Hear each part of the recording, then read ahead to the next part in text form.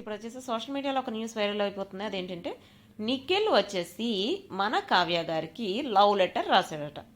అంటే of course వీళ్ళు 6 years కలిసి ఉన్నారు. వాళ్ళు ఎన్నోసార్లు రాసుకోవచ్చు, లవ్ లెటర్స్ రాసుకోవచ్చు, అంటే ఈమెయిల్స్ పంపించుకోవచ్చు, ఇవన్నీ జరిగి ఉంటాయి. బట్ ఇప్పుడు స్పెసిఫిక్గా ఇట్లా బయటికి వచ్చి ఈ సోషల్ మీడియా వైరల్ ఎందుకు అవుతుందంటే వాళ్ళిద్దరు విడిపోయి చాలా కాలం అయింది. సో ఇప్పుడు తను లవ్ లెటర్ రాశాడని చెప్పి కావ్యకి, కావ్య కూడా అంటే ఏమీ రెస్పాన్స్ లేదు. బట్ అని అలా అని చెప్పి ఏమి తిట్టడం కూడా అట్లాంటిది ఏం లేదు. అంటే తను పాజిటివ్గానే ఇప్పుడు కొంచెం పాజిటివ్గా రెస్పాండ్ అవుతుంది అన్నట్టు మనకు అందరి లేటెస్ట్ న్యూస్. యాక్చువల్గా ఇది సోషల్ మీడియాలో చాలా హల్చల్ అయిపోతుంది.